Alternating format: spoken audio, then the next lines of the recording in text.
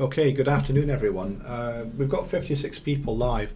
What I'm going to suggest is we wait just for a couple of minutes to let's see if more people will join in and we'll get started. So I suggest we just delay starting for another 2 or 3 minutes, if that's okay. So I'll put the music back on and then we'll go live at that point when we've got one or two more. If we don't get any more by about 13:48, we'll just commence anyway.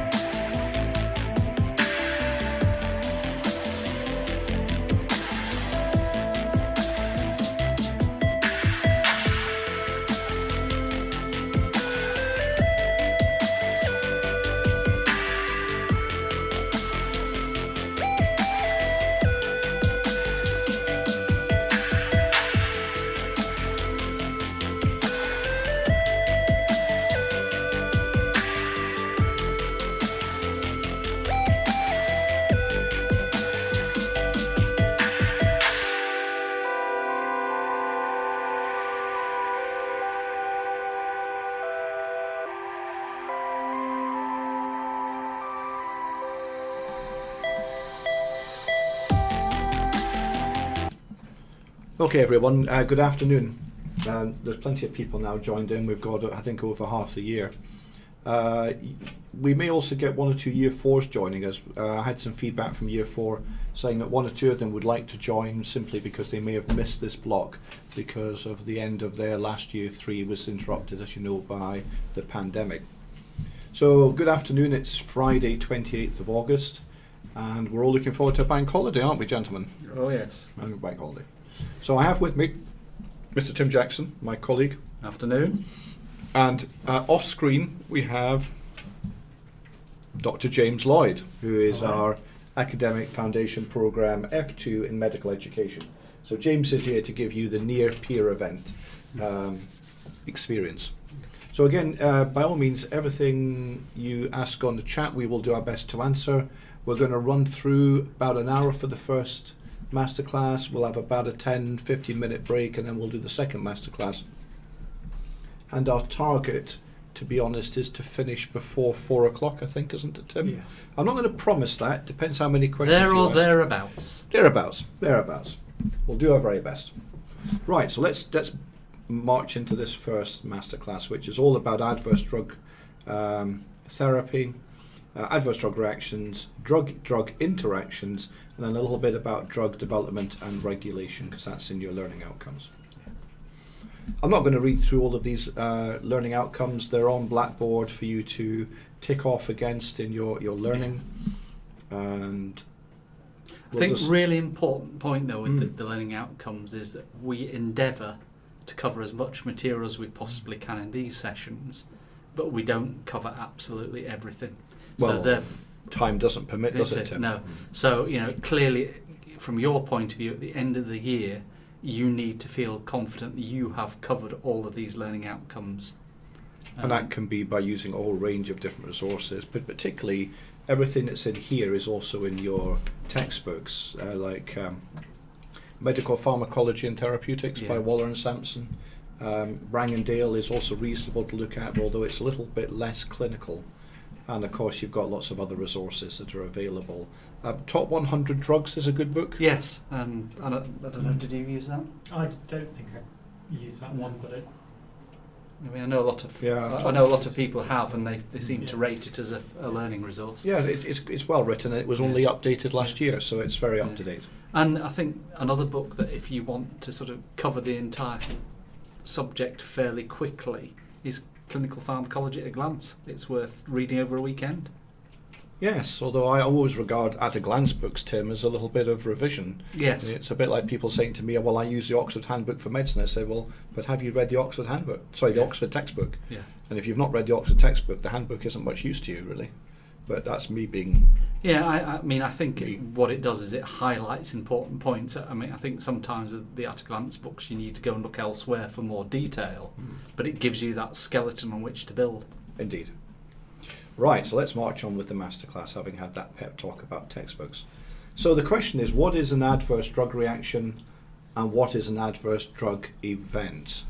So I'll not ask you guys to write in. If you do know the answer, by all means type in there and let us know over the chat stream. But Tim, do you think these two things are different?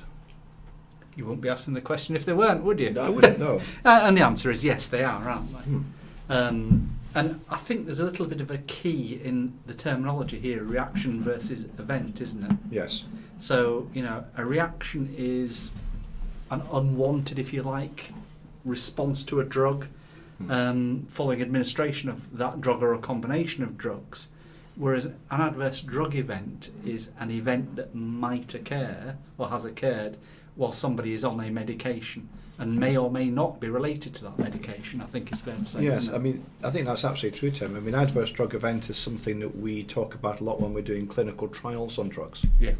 Because at that point, if it's a new drug, we may not know what all the possible effects of the drug might be, particularly the adverse effects, the unintended effects. So we don't know whether something might actually have caused a road traffic accident. Yeah. So a road traffic accident might be an adverse drug event, but we might then subsequently find out it was nothing at all to do with the drug and more because a cat ran across the road or something. Yeah. So there is a distinction between the two. So adverse drug reactions, and most other terminology, is actually a side effect. Yeah. So and I think, as we say in the next, a good example is anaphylaxis, isn't it? Yeah. So let's have a look at that. So an adverse drug reaction is an unwanted or harmful reaction experienced following administration of a drug or combination of drugs under normal conditions of use and suspect to be related to the drug. So this excludes overdose events, but is thought to be caused by the drug. Whereas an adverse drug event, if I can get my slide, yeah. So there's the example of an adverse drug reaction is anaphylaxis, so penicillin, for instance. Whereas an adverse drug event is something that occurs when you've been exposed to the drug but may or may not be caused by the drug. So this is a much wider catch-all used in clinical trials. And an example, as I said earlier on, was a road traffic accident when on a specific medication. It may or may not be related to the drug itself. So the question is, when were adverse drug effects first recognised? Well, I suspect the answer to that is the first time drugs were ever used. Yes, a long, long time ago. Remembering Indeed. that we were using drugs, aspirin-based drugs, probably a couple of thousand BC. Oh yes, and the Romans were using extracts of winter crocus, which actually is where we get colchicine from, 2,000 years ago to treat joint pain. Yeah. So it goes back a very long way. But there's a good example here. This is a foxglove, as you can see. I had a lot of foxgloves in my garden this year. They're very pretty. Don't last very long though. No, but very toxic as well. They are very toxic, yes. That's a very good point. Yeah. So William Withering in the 1785 described that when given in very large doses and quickly repeated, then it causes sickness, vomiting, purging, giddiness, confused vision, objects appearing yellow or green, increased secretion of urine with frequent motions, and inability to retain it. I presume that's your motions. Slow pulse, even as low as 35 per minute, convulsions, and then death. And of course, you guys will recognise that William Withering was describing the effects of cardiac glycosides, in particular digoxin-related compounds that were derived from the foxglove.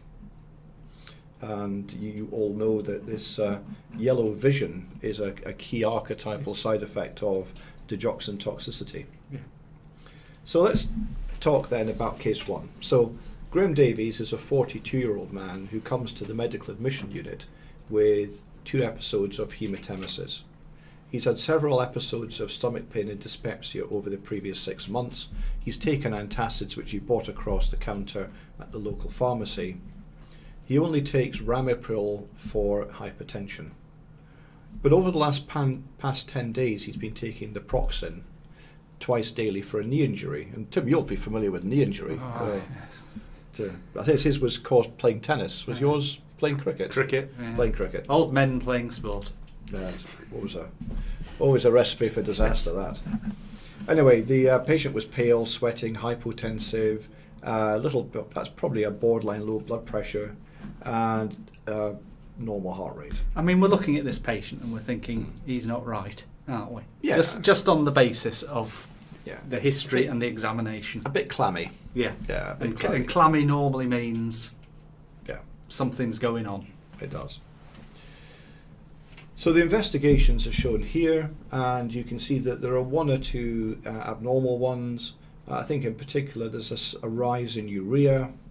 Hemoglobin is low, but with a normal MCV, and platelets are normal.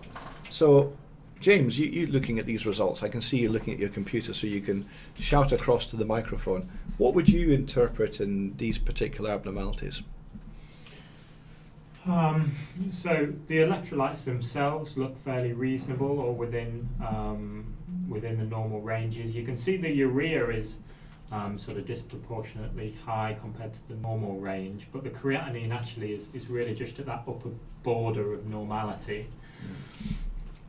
The hemoglobin is definitely low. The MCV is normal, so it's normocytic anemia. The white cells and platelets also look normal. So in terms of the kidney function, in terms of the urea and the creatinine, if this was a kidney related issue, I would expect to see the creatinine go up sort of in line with the urea. Because that's not the case here, it might suggest that there's another cause for the raised urea. And given the low hemoglobin, it suggests that there's possibly some GI blood loss, and that's what is causing that raised urea from the protein meal. From the red blood cells being broken down in the GI tract. Absolutely, and I think this is a classic picture, isn't it, David? Really? Yes, within the history. Within the history. Need the history, don't you? I mean, blood should always be taken in the context of the patient in front of you. But you look at these and you are thinking, this ties in with the patient having a GI bleed, an upper GI bleed. So so isolated elevated urea, but a history of somebody with the hematemesis is probably a protein meal. Yeah. And it's an important point. It's the upper GI bleed, isn't it, David? Yes. Because at the end of the day, a lower GI bleed, you're not digesting the blood. Absolutely. It tends to be fresher. Absolutely. Whereas clearly, if it's at the upper end of the GI tract, it undergoes digestion. It's like eating a black pudding, isn't it, guys? Yeah. And obviously, the urea here is coming from the breakdown of protein and amino acids, isn't it? Absolutely. Okay, so diagnosis, we reckon then from that conversation is that we think this is an upper GI bleed with a protein meal, drop in hemoglobin acutely, which is why the MCV isn't affected. So this is acute blood loss. Okay, so there are a number of adverse effects with non-steroidal anti-inflammatory drugs. I'm sure that you covered this in PBL. I'm sure there's a PBL case in year 1 that covers this. And obviously with non-steroidal anti-inflammatory drugs like naproxen, you can get things like heartburn and dyspepsia, or more severe situations, you can get GI ulceration, bleeding, and ultimately perforation in worst case scenario. It's very interesting that if you look at NSAIDs, that across the board, non-steroidal anti-inflammatory drugs are responsible for around a third of hospital admissions due to adverse drug reactions. And it's, of course, not just bleeding, but also, as you probably will remember, there is a link between non-steroidal anti-inflammatory drugs and increased risk of cardiovascular disease.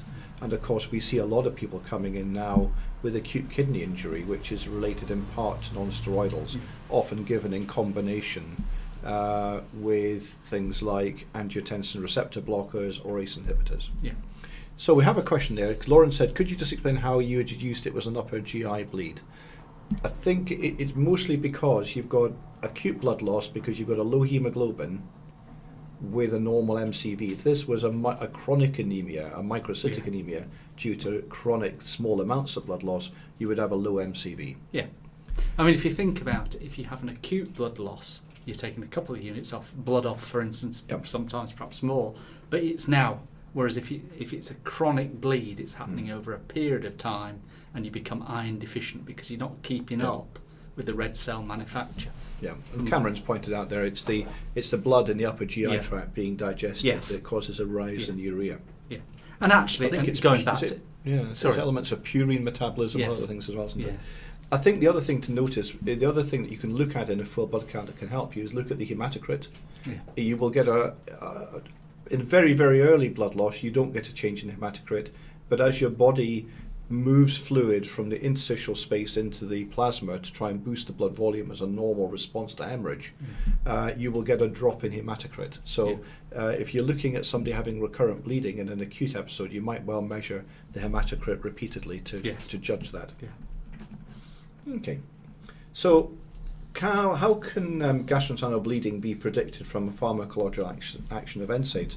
Again, this is a bit, I think, going backwards in time, because I think we covered this a bit in PBL. But let's have a little look at that. Well, the effect of non-steroidal anti-inflammatory drugs is that they work, as you know, on prostaglandins. Yeah. So James has put in an answer there for you. So prostaglandins, generally these have a protective effect on the GI and mucosa. And if you block the prostaglandins using an NSAID, then you can tip the balance in your mucosal protection. And then, particularly with non-selective inhibition, you can actually cause direct mucosal damage. So let's look at some examples of non-selective NSAIDs. So non-selective NSAIDs, things like diclofenac, ibuprofen, naproxen, indomethacin, and aspirin. And these are classic. Interestingly, diclofenac probably is at one end of the spectrum. It's probably becoming a bit selective, particularly compared to things like indomethacin and aspirin. And that's partly why it's less used these days. Whereas more commonly these days you'll see naproxen and ibuprofen being used. Indomethacin used to be commonly used a long time ago. It used to be a common one for treating gout. Yes. But again, it's got a slightly higher instance of GI ulceration because it's probably more potent than ibuprofen. Yeah. And if I'm interested, when ibuprofen came on the market, it was marketed as having low gastric side effects. I suspect that was overplayed, wasn't it, David? It wasn't as safe as people thought it was going to be. And I think I saw the obituary only a few months ago of the chap that invented ibuprofen. Do you know, I think you're right. Yeah, I saw it in the BMJ. You'd have to get the BMJ guys. Every week I always read the obituaries to see who's died in the BNF. Sorry, in the BMJ. It's always. Which of your contemporaries have moved on? Indeed, that's always. Well, you guys are young. You won't have to worry about that. But for us, it's a significant concern. Yeah, but it's actually interesting to see what people did, and often they list the cause of death. Yeah. So you can actually see what did people do, how did they train. I think it's really interesting. Right, so what is the classification of this type of adverse drug reaction? What would you reckon, Tim? Well, it's the first thing you've asked. It begins with A. Begins with A. It must be augmented, mustn't it? I think it is, yes. So it's augmented, which effectively is the predictable pharmacological effect is augmented, and therefore you get an exaggerated response, and is often dose dependent. I think that's an important point, isn't it? Because just about every medicine, is a medicine at one dose but a poison at a higher dose. Well, it was, I think, William Osler Yeah. that said all drugs are poisons. Yes. There's another man that has a million different sayings attributed to him. So we have some questions there. So Jasmine says, slightly unrelated, but what is it about ibuprofen that can exacerbate severe asthma? Oh, it's a good question. It is. Might it be prostaglandins again? It might well be prostaglandin related. This is more common with aspirin. There are about Yeah. 10% of people with asthma Yeah. who have aspirin sensitivity, and it's related to COX inhibition and prostaglandins. Is it necessarily asthma, or is it a drug-induced bronchospasm? Yeah, but actually people with asthma, Yeah. 10% of them Yes. will react Yes. to aspirin. But there's another group, isn't it, who will Mm. have it as a separate entity. Yes, they can do. Yeah. Yes, absolutely right. It's interesting, isn't it? Because I was talking to the year fours this Monday, and we were going through the use of adenosine for supraventricular tachycardias. And it's interesting that adenosine also worsens asthma and Yes. causes wheezing.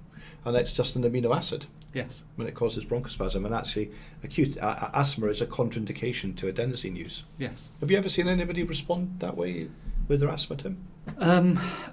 I have actually given adenosine to asthmatics, Yeah. and it's never been a Yeah. problem. But it is there in It is there. the It's written FSM. down, and I think you've got to be very cautious if you do use it in that situation. And like everything, it's a balance of risk, isn't it? Yeah. While we're chatting, our moderator James will have a quick look and do a bit of, I hate to say it, Googling or Wikipediaing. Shall we do that, James? Yeah. He's going to have a look. Yeah. You might actually look at a real textbook. Okay. Key thing about these type A ADRs is that they have a high incidence, but generally and luckily a low mortality. Yeah. So they make up about 80% of all adverse drug reactions, and it's usually things where there's an augmentation of therapeutic action. So, for instance, a beta blocker in excessive dosage will cause bradycardia, and some people will be more sensitive than others, particularly the elderly. Yeah. The secondary effects you can often rationalize out of the pharmacology of the drug. So, for instance, a non-selective beta blocker will actually cause potentially bronchospasm, and again, beta blockers in people with asthma can cause wheezing. And it will be reduced by using a selective beta blocker like bisoprolol, but it isn't eradicated, that No, risk. I mean it reduces but doesn't, as you say, eradicate. Mm. And then, of course, the other secondary effect, you've given another example there of getting antibiotic-related diarrhea because of the change when you give an antibiotic orally on the actually normal bowel flora, and then that can actually result in you getting diarrhea because of overgrowth of other bacteria. So those are type A reactions. So, any way, Tim, of reducing the risk of GI side effects with NSAIDs? Well, I think from a pharmacological point of view, you'd be talking about the COX enzyme, wouldn't you? Mm. And selective inhibition rather than COX-1, COX-2 Yeah. inhibition. And the COX-2 inhibitors, again, were drugs that came onto the market and were thought to be almost a panacea for inflammatory conditions, but as we used them more and more, we realised that there was an association with increased myocardial events. Well, we got a thrombotic different adverse reaction Yes. profile, didn't we, to Yes. those drugs? Let's have a look at that. So obviously you'll be familiar with the COX-1 and the COX-2, and these are related to effectively that obviously COX-1 is constitutive. I can never pronounce that. No. Constitutive? Yes, Yeah, constitutive. it's terrible. Yeah. Yes. Must be the Scottish in me. And then whereas COX-2 is inducible, and this is generally where you get COX-2 is more where you have things like osteoarthritis, pain, and prostaglandins. If you block with a non-selective, you'll block both COX-1 and COX-2, and in the case of aspirin, that's irreversible. Yeah. So the idea was to produce specific COX-2 inhibitors so that we would block COX-2, which is have an influence on things like arthritis, but without increasing the risk of GI ulceration or of kidney injury, or the if you weren't looking for platelet effects, not having a platelet effect. So the example of one is rofecoxib, that was introduced as a specific COX-2 inhibitor, The trouble was that, as Tim said, they didn't turn out to be panaceas. They did work. They worked very well for arthritis, but they had an adverse effect and actually paradoxically increased the risk of cardiovascular events, of people having heart attacks and strokes, Yes. which was a problem. And they increased the thrombotic effects. So you can see that there's an old saying, isn't there, that all good deeds, and go unpunished. But The other thing I think perhaps just to mention here as well is that from a pharmacological point of view, the other thing that you might want to do if you are prescribing a non-steroidal is give a PPI or possibly a prostaglandin analogue. But I think we touch upon that, don't we, later in the year? We do. I think the trouble, with course, with that is you see a lot of that when people go on a reasonable dose of NSAID and getting something like lansoprazole given alongside it. Lansoprazole isn't without its adverse effects either, particularly in long-term use. And therefore, all that happens is, as you add one drug to prevent or treat the side effects of another, you end up with polypharmacy accelerating an increased risk, particularly in the elderly. So that's something to be aware of. Right. So can we think of any other type A reactions? Can you think of any, James? Not off the top of my head. No. Tim? Well, I've got some answers in front of me actually. So, But yes. you want to go to the next slide, don't I you? think we, Let's go to the next slide. Okay. But I think that the top one here is probably a very important one, Yes. which is obviously constipation with opioids. Yeah. So what you've got is you've got the effect of opioids inhibiting bowel motility by interacting with the mu receptor, and therefore you get constipation with codeine or morphine. Then you've got things like sedation with antihistamines. And particularly the first generations, the chlorphenamine, which, Piriton across the shelf, isn't it? Well, what was interesting with these were very lipophilic, so they crossed the blood-brain barrier, and the H2 receptors, histamine receptors in the brain, H1 receptors. Yes, H1. H1s, I'm getting them mixed up with my ones and twos. H1 receptors are also involved in treating things like nausea, but they can also make you sedating. Now, if you've got a small child who's got car sickness, giving them a first generation antihistamine, which will cross the blood-brain barrier, will make them a little bit drowsy and will ease their nausea, is a good thing.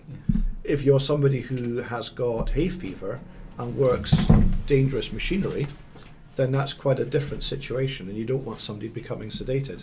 So these days we have second generation antihistamines like cetirizine, and they will not cross the blood-brain barrier because they are lipophobic and therefore are less likely to be sedating. It's not that they're not sedating, it's that they're less sedating. So you can actually design drugs for specific effects. The other one you might come across is the effect of dopamine antagonists. So, for instance, particularly you'll look at drugs that block the action of dopamine. Atypical and this takes us back antipsychotics. to last week, actually. It does, doesn't it? yeah. The antipsychotic drugs. Yeah. And we mentioned, I think, about prolactin. But of course, if you block dopamine, then you'll end up with a rise in prolactin, because dopamine coming down the pituitary infundibulum actually inhibits the release of prolactin. So if you block dopamine, you get enhanced prolactin release from the pituitary with its long-term consequences. And that can be a problem with people on antipsychotic drugs. So it's just to recognise that all drugs can have adverse effects, some of which are predictable and some which are not. So I hope everybody understands that system. It's always a difficult one because dopamine acts, all other pituitary hormones, which are from the adeno hypothesis, that's the anterior pituitary, are released by stimulation from the hormones coming down from the hypothalamus, whereas in the case of prolactin, it's inhibited by dopamine coming down the infundibulum from the hypothalamus. I'm not going to talk about the posterior pituitary because that's neural stimulation. Okay, Another one you can think about, although this is an overdosage effect, is paracetamol. And normally when you take paracetamol, its other name, this is extracted from an American document, that's why it's called acetaminophen, that's what the Americans call paracetamol. But normally paracetamol will be metabolized by these green routes. But if you overload the pathways and these become saturated when there's too much paracetamol, then you will start going down another alternative metabolic pathway and you get the production of NAPK. And NAPK is actually toxic to the liver. One way you can prevent that is by giving glutathione.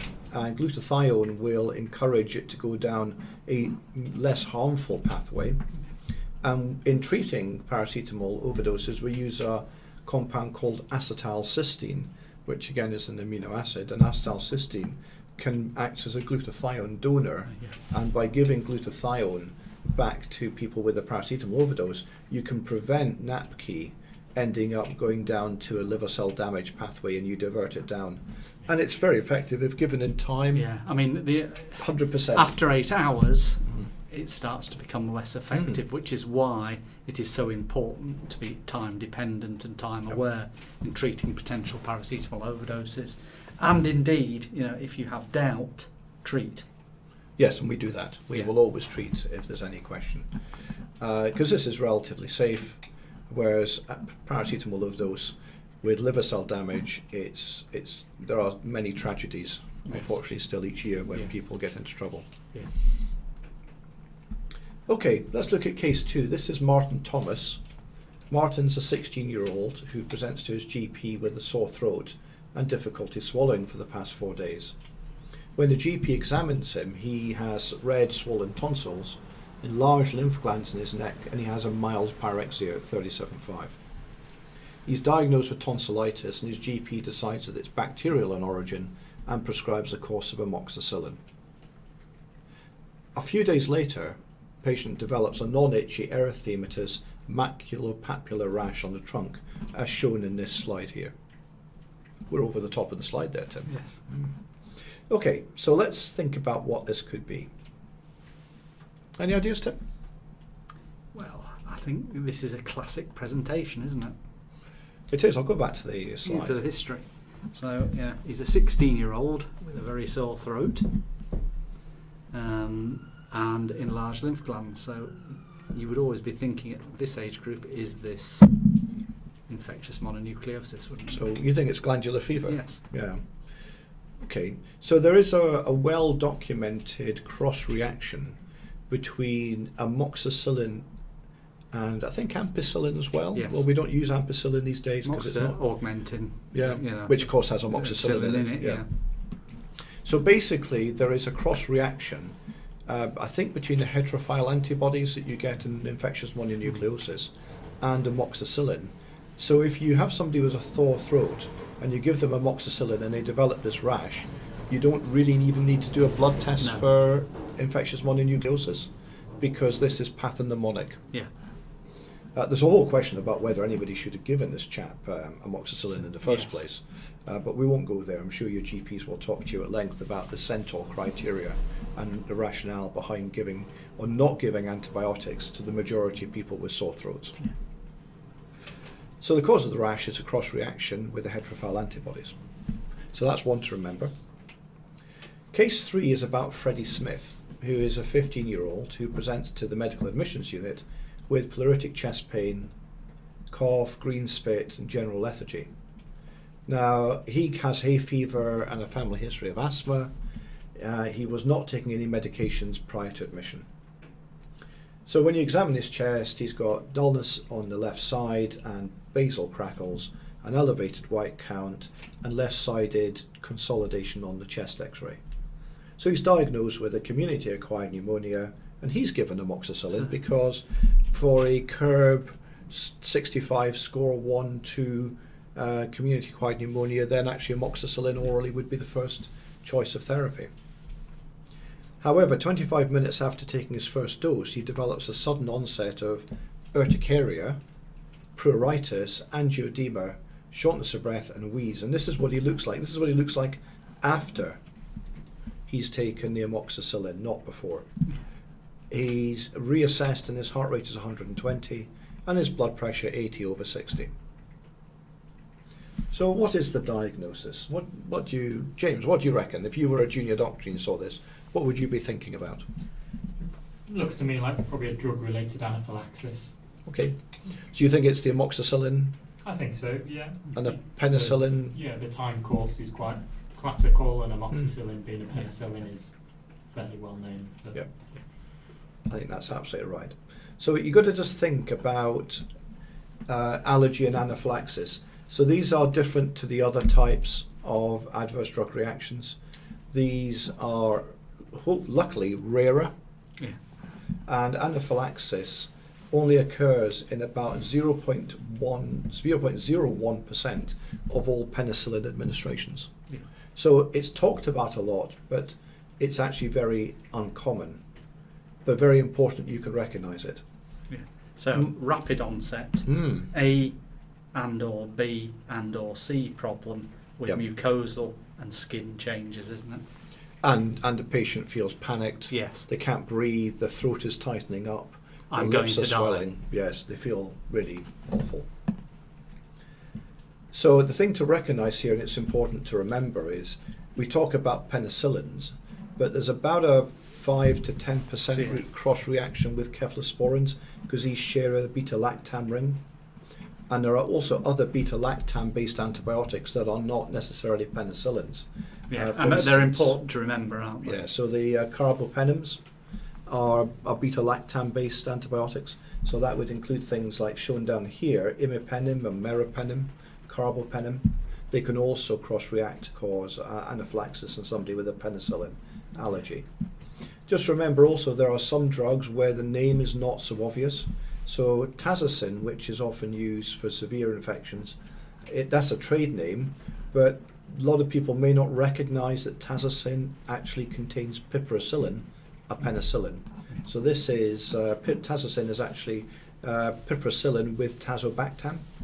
So if you prescribe it with the trade name, you may not recognise it as a penicillin, and there have been a number of instances described where people were given tazocin knowingly to a penicillin allergic patient because the person prescribing it didn't recognise tazocin as a penicillin.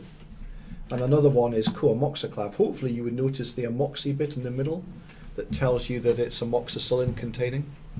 The thing to remember about all co-drugs here, like co-amoxiclav, is that the amoxy bit here is for amoxicillin, and the clav bit is for the clavulanic acid that's in co-amoxiclav. So co-didromol is a combination of paracetamol and codeine, or co-codamol is codeine and paracetamol. So there is a hint in with these generic combination drug names. So let's now switch tack slightly from drug interactions from adverse drug reactions over to drug interactions. Graham Davies is a 42-year-old man who comes to the medical admissions unit following 2 bouts of hematemesis. And again, abdominal pain, dyspepsia. And again, he's on ramipril and he's taken naproxen. So you remember back to this. So what are the side effects of ramipril, and what are the risks of taking naproxen with ramipril? I think we touched a little bit on that earlier on. Let's have a look and see.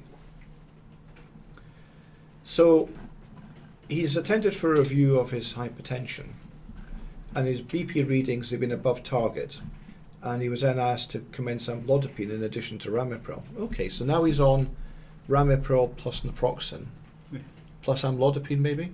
Yes. The key thing to remember about ACE inhibitors and ARBs, together with NSAIDs, is that they have effect on the glomerulus. Yes. And it's all to do with the afferent and efferent arterioles. But basically, in a kidney that is not healthy, if you give an ACE inhibitor, what you're doing is opening up the efferent arteriole, so lowering glomerular pressure. In a healthy person, that doesn't really do very much, apart from maybe just shifting your creatinine a little bit up to a new baseline. But in somebody with an unhealthy kidney, the prostaglandin effect on the afferent arteriole might be important for modulating glomerular pressure and maintaining renal function. And in that situation, if you're on an ACE inhibitor, which is opening up one side to reduce the pressure, and then you end up making the afferent getting tighter, then you end up with a markedly reduced glomerular blood flow and acute kidney injury. Yeah. But it's important to recognise that effect is really only usually in unhealthy kidneys. Yes. So let's talk now a little bit about amlodipine. So, is there a drug interaction that can occur in this situation between ramipril and amlodipine? Well, logically, you would think yes. What would that be, Tim? Well, if you just sort of think about it more generally, what are we trying to do here? We've got somebody who's got high blood pressure. Yep. They're on one antihypertensive, and it's not sufficient. So we're adding a second hypertensive because we want interaction to lower the blood pressure. So we're Further, looking don't we? for a deliberate Yeah. interaction Yes. to make the blood pressure come down by combining two Yeah. antihypertensives together. So whereas we had an augmented before, what we've got here is actually beneficial, isn't it? Yes. So this is a drug interaction. So we use beneficial drug interactions all the time in clinical therapeutics. So in the particular, using one antihypertensive plus another antihypertensive, both will lower the blood pressure. Now, majority of these reactions are what we would call pharmacodynamic, as opposed to pharmacokinetic. So just remember that pharmacodynamics comes from the Greek, pharmo being the drug, and dynamos being the effect of the drug. Movement, isn't it? It's Well, that's kinesis. Sorry, That's yes, kinesis. sorry. So the pharmacodynamic is what it is basically what the drug does to the body. as opposed to Yeah. pharmacokinetic, which is the Yeah. body to the drug, isn't it? So if you think about an ACE inhibitor, which is going to be working, on one part of your renin-angiotensin-aldosterone system, and that will lower your blood pressure through that mechanism. And then you give a calcium channel blocker like amlodipine, which will act as a vasodilator by relaxing smooth muscle in the arterioles. In that situation, you get a drop in blood pressure. Both drop the blood pressure, but they do it on different parts of the system. Yeah. So that's what we would call a pharmacodynamic reaction. So they both act in the same broad way, but by a different mechanism. Yes. So it's beneficial to the patient. Yes. But it can also be harmful if it's too much. Yes. And there's a fine dividing line between the two. And if you were using a drug for another diagnosis that had an interaction of this type. So we can use them beneficially. Another one we use is in things like treating of Parkinson's disease. So we have drugs like levodopa, and we combine it with a drug called carbidopa. And carbidopa is a dopa decarboxylase inhibitor. And what this does is it prevents peripheral degradation of dopamine. So more of the levodopa, which donates dopamine, will actually get across and into the brain where it's supposed to be working. And in the case of paracetamol and codeine, you're getting a combination, the paracetamol working predominantly on the spinal cord, codeine working on the opioid receptors after it's metabolized to morphine, and you get increased analgesia by the combination of the two. And again, we spoke earlier on about amoxicillin combined with clavulanic acid in the case of co-amoxiclav, but the clavulanic acid will inhibit the beta-lactamase enzyme released by the bacteria, hence preventing breakdown of the amoxicillin and broadening the spectrum of the amoxicillin effect against bacteria. So it decreases bacterial resistance to the antibiotic. So these are all beneficial interactions. So let's just have a look at John Clark, who's a 71-year-old man. He comes to his GP complaining of stabbing unilateral facial pain. Suffers from AF, hypertension, benign prostatic hyperplasia, and type 2 diabetes. He's taking felodipine, a calcium channel blocker, ramipril, an ACE inhibitor, metformin, which is for his diabetes, which is a biguanide, tamsulosin is an alpha-1 blocker for his prostate, and he's on warfarin as an anticoagulant because of the stroke risk from his atrial fibrillation. Now, he's been taking warfarin for 5 years, and he normally maintains his INR, which is the international normalized ratio, within a narrow range of between 2.5, that should, I think, say 2.5 to, normally actually we would keep it in a narrow range between 2 and 3, wouldn't Yes. we? I wonder why that slide's got a bit funny. Yeah. Ignore those numbers on the INR. Yeah. I'll correct those. It should be 2 to 3. Yeah. Somebody's fiddled with my slide. And he's then diagnosed, because this unilateral stabbing facial pain is typical of trigeminal neuralgia. So he's advised by his GP to take the first line drug for trigeminal neuralgia, which is carbamazepine, which you'll recognise as being an anti-epileptic drug, but it works really very well for trigeminal neuralgia, and he started on 100 milligrams twice daily. Yeah. Okay, seems reasonable. So is there a problem with the carbamazepine? We put down there about the INR, Tim, but Yeah. is there anything that you would be anticipating that you could predict might happen? Well, I think this is a really important general point, isn't it? That when you're prescribing to particularly patients on warfarin, you need to think, is the drug that you're giving either a liver inducer or word block inhibitor? Inhibitor, yes. The word block seems to come more frequently these days. So, what do we know about carbamazepine? Well, carbamazepine, Well, carbamazepine works by, it will actually called enhance liver yes. enzymes, won't it? It's So a liver enzyme inducer. The consequence of that is going to be that if you've induced, then the warfarin is going to be less effective, isn't it? So you're thinking the warfarin will be metabolized more quickly, and the INR will then fall, Yes. and you lose the effect of The anticoagulant. coagulant. Yes. Yeah. So I think the thing to recognise is we often talk in pharmacology about a thing called ADME, or ADME. So which is absorption, distribution, metabolism, and elimination stroke excretion. And drug metabolism, which much of it occurring in the liver, is a major site of drug-drug interactions. So what we can either have is two drugs trying to go down the same metabolic pathway at the same time and competing for that pathway, and therefore both get metabolized less quickly.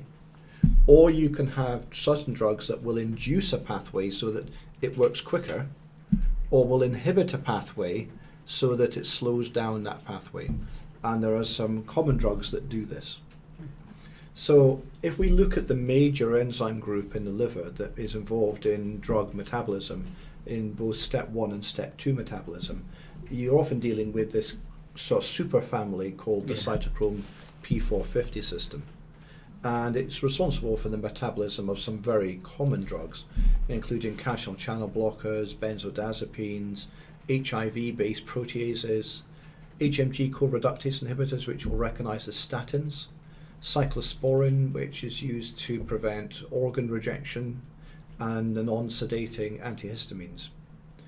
And this pathway can be induced by certain drugs, including things like carbamazepine, rifampicin and rifabutin, which are both drugs used to treat tuberculosis, but also St. John's wort, which you may have heard about, which is an over-the-counter drug for treating depression.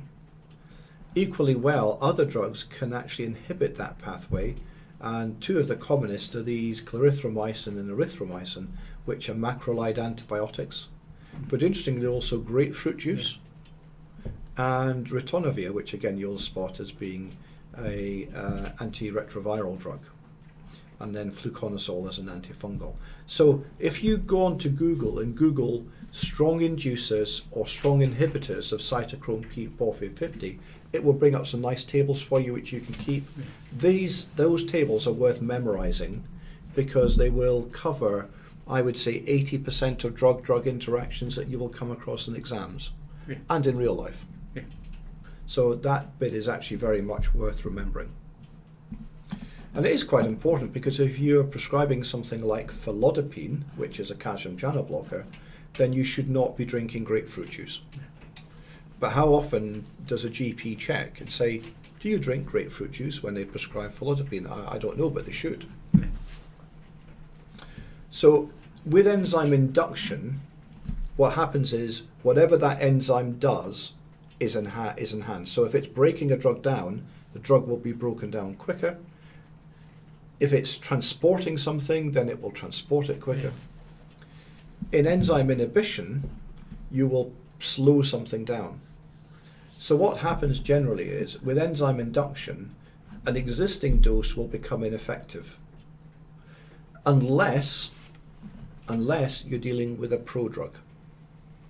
If you're dealing with a prodrug, then actually you'll produce more of the active drug if there's enzyme induction. So you just need to be a little bit careful. More quickly. Yeah, absolutely. And more of. Yep. Whereas enzyme inhibition, again, you will get more of the drug remaining and it will not be metabolized into an inactive form. And what's interesting is enzyme induction will lead to a situation, and an interesting example is that carbamazepine itself actually is an enzyme inducer. It actually induces the enzymes that break down carbamazepine. Yes. So actually you have to gradually increase the dose of carbamazepine because of actually the carbamazepine itself reduces the tolerance to carbamazepine. Yeah. It increases the tolerance to itself. So you have to gradually increase the dose of carbamazepine. And this is a slow development because you have to get the enzyme to work.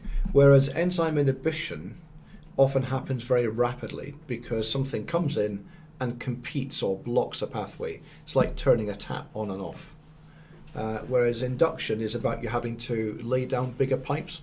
So you'd actually have to dig up the garden and put bigger pipes in. That's an analogy for you. Yeah. So classic ones are the combined oral contraceptive and rifampicin.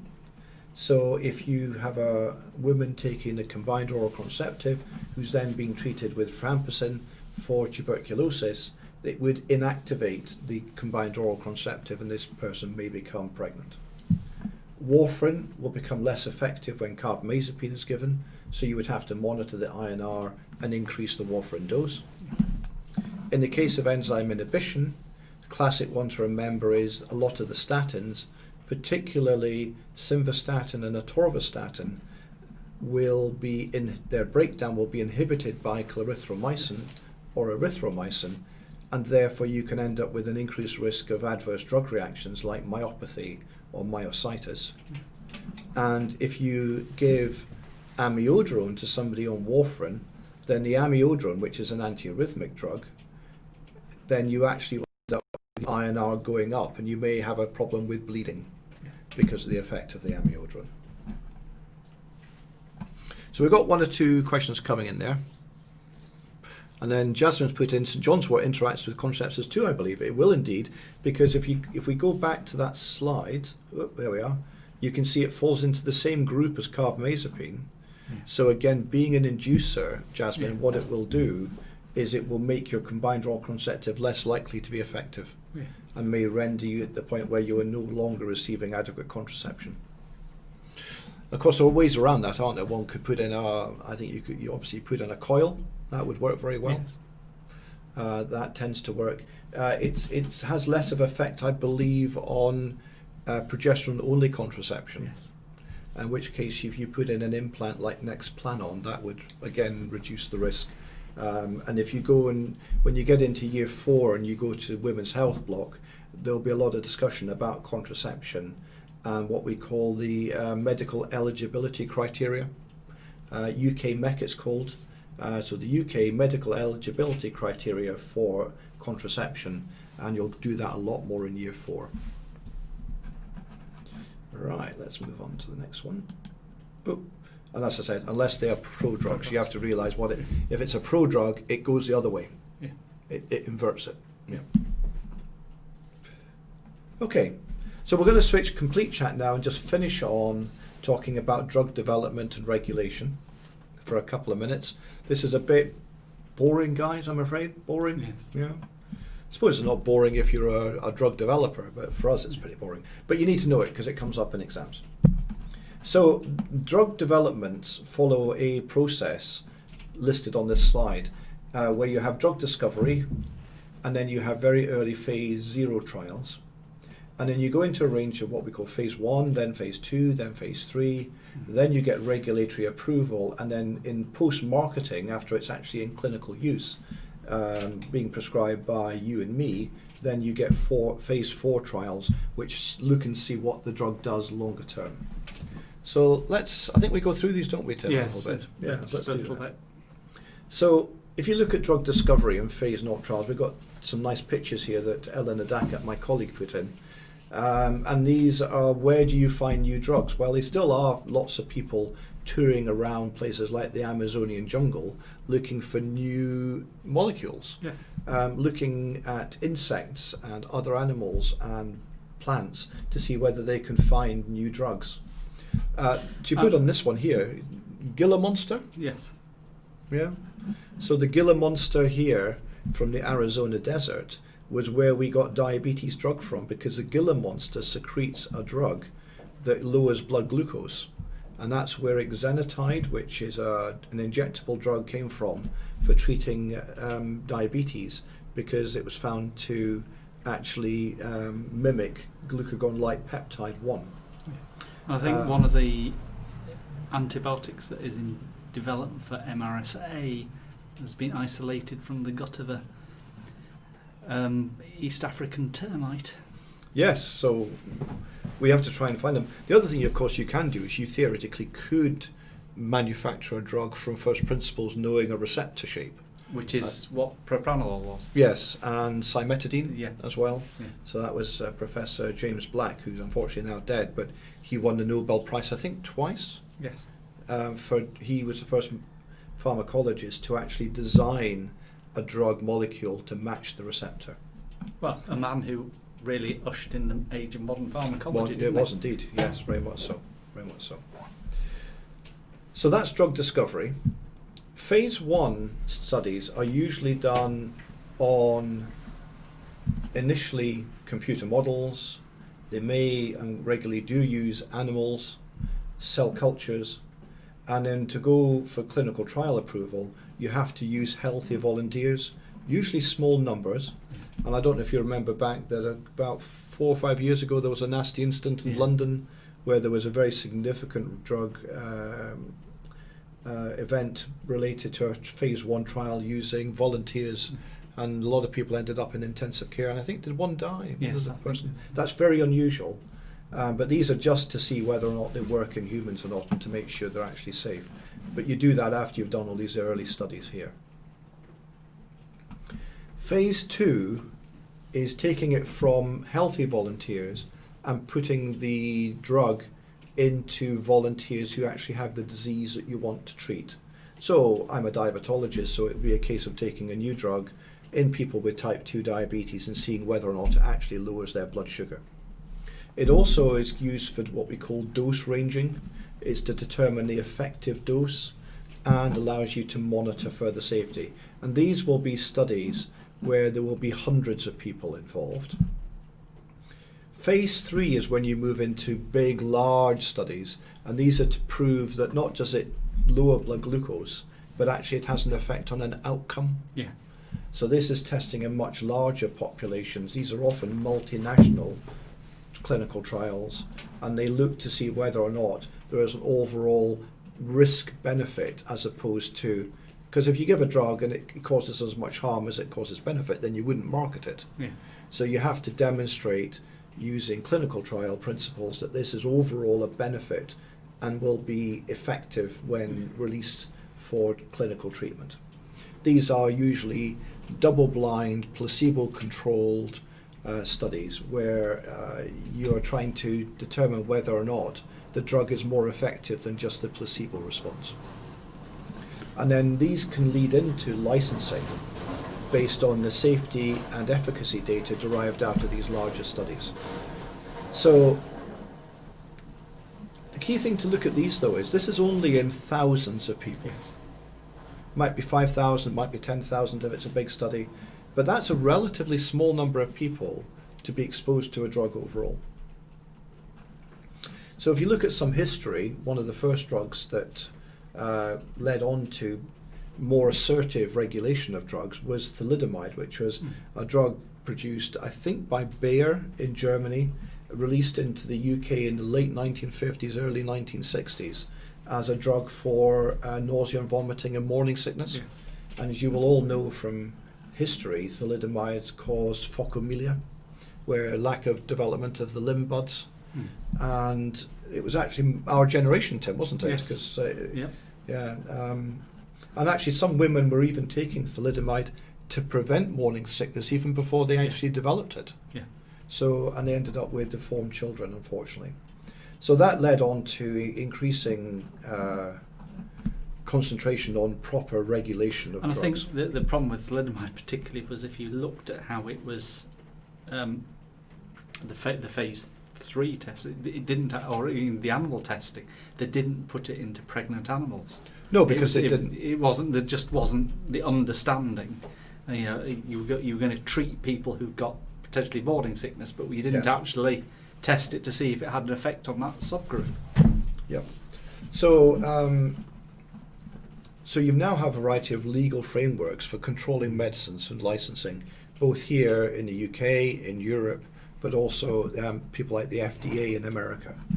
So you have to submit for marketing authorization, pardon me, where you provide a lot of data from all of these different trials, and they will then give you a license to market. And that's what we talk about, drugs being licensed. And it's licensed for that particular use. And the use comes out of the phase 3 studies. Yeah. So if you haven't done a phase 3 study to study a part of the drug, you can't put that into your license. You can only put things into your license that you've shown data for and which has been approved. Once it's marketed and released onto to being prescribed by you and me, all drugs initially undergo long-term effectiveness and safety monitoring. And then what's interesting there is because the drugs go from being prescribed in thousands of people to actually being prescribed in millions of people, rarer side effects and rarer long-term effects can become evident in the phase 4 marketing, post-marketing surveillance And I think studies. we've already talked about the COX That's there. drugs and the increased thrombotic tendency, haven't we? And there have been a few others. There was a drug for weight loss that was beneficial in diabetes called rimonabant, and it was only in the post-marketing surveillance studies that they realised it made people feel suicidal. Yeah. So it had to be removed from the market. And there was another one called rosiglitazone for diabetes, which was a thiazolidinedione derivative, and it was good for lowering blood glucose, but it gave people liver failure. It didn't do it to many people, but it only caused it maybe in 1 in 4,000, 1 in 5,000 people. But if you've only done a clinical trial on 4,000 people to get licensing, then you may have missed the one person that got that side effect. Yeah. But actually, if 1 in 4,000 people gets fatal liver failure, that's quite a major thing that would prevent you giving it to anybody. So we have a thing called the yellow card scheme. It's now an online scheme, but it used to be that the back of the paper B&F, there was actually a tear out thing, which was a yellow card, and you could fill it in if you notice anything wrong with a drug, tear it out and send it in, and that's how they carry on long-term surveillance. So drugs will often be given to things that we call what's called a black triangle drug. And a black triangle drug is one where if anybody has an adverse effect, as a doctor, you must report it. Yeah. So we don't expect you to report adverse effects from things like aspirin, because we know what it does because it's been around for many decades, unless it's a very unusual adverse effect. And I think that was how things like, what's it called, that syndrome in children, Ray's syndrome was discovered, was because people were filling in cards and reporting them. Yeah. So, importance of the yellow card scheme and your responsibilities as a medical practitioner in completing yellow cards if you have anybody with a adverse reaction if it's currently in a black triangle phase. Overall, however, we're going to cover a lot more prescribing in year 5. Although we will touch it again in the second part of this afternoon. We do a little bit, yeah, but we'll do a lot about Yes. prescribing later in year 5. So that's us at 10 to 3 according to my clock. So what I suggest we do is take a 10-minute break, if everybody's happy with that, and we'll come back at 3 o'clock and we'll go into the second masterclass. Would that be all right for everybody? And if you've got any questions, post them up and we will still be here and we'll do our best to answer them either at the beginning of the next masterclass or we'll actually respond by doing the chat stream.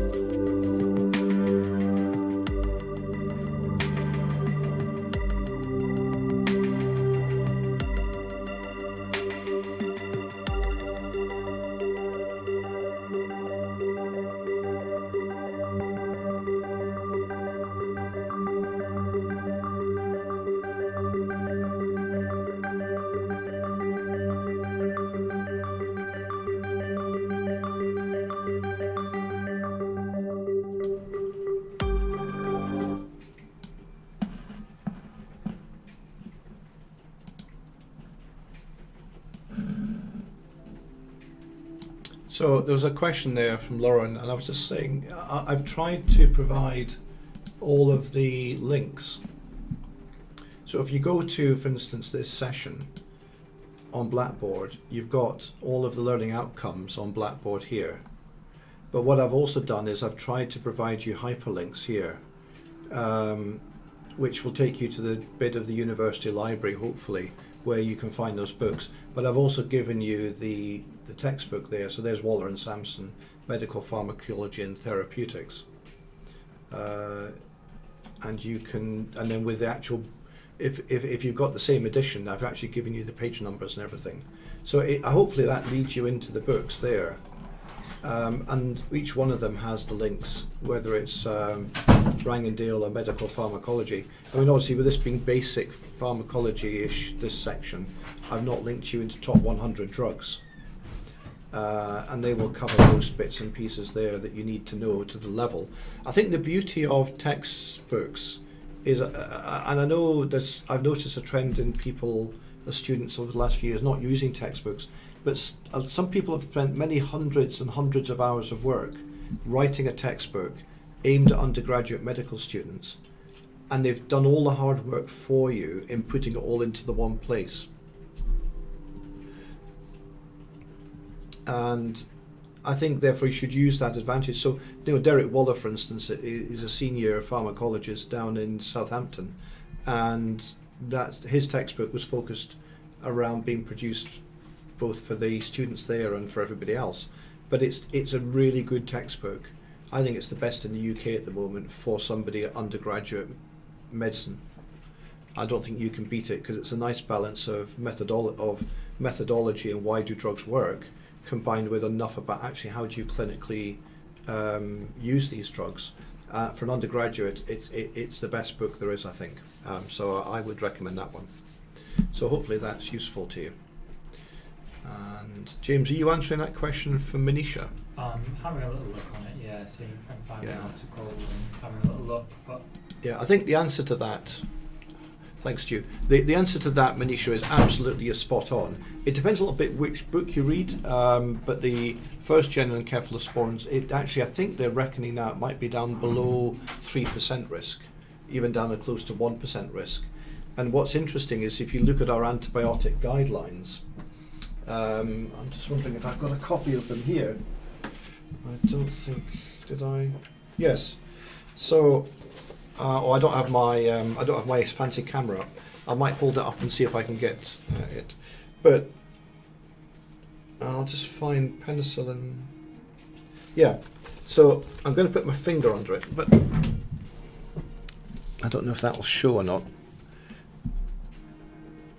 I'll tell you what. Let's.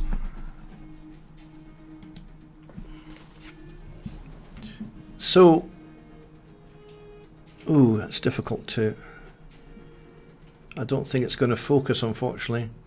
Anyway, what it's saying is that if you've got a community-acquired pneumonia and it's got a high curb score, let me just stop the music for a second. If you've got a high curb score of, say, 3 and you're allergic to penicillin, you can still be given cefotaxime plus clarithromycin. But and that's only if you've got a mild allergy to penicillin. But if you've got anaphylaxis, you have to discuss it with the infection department.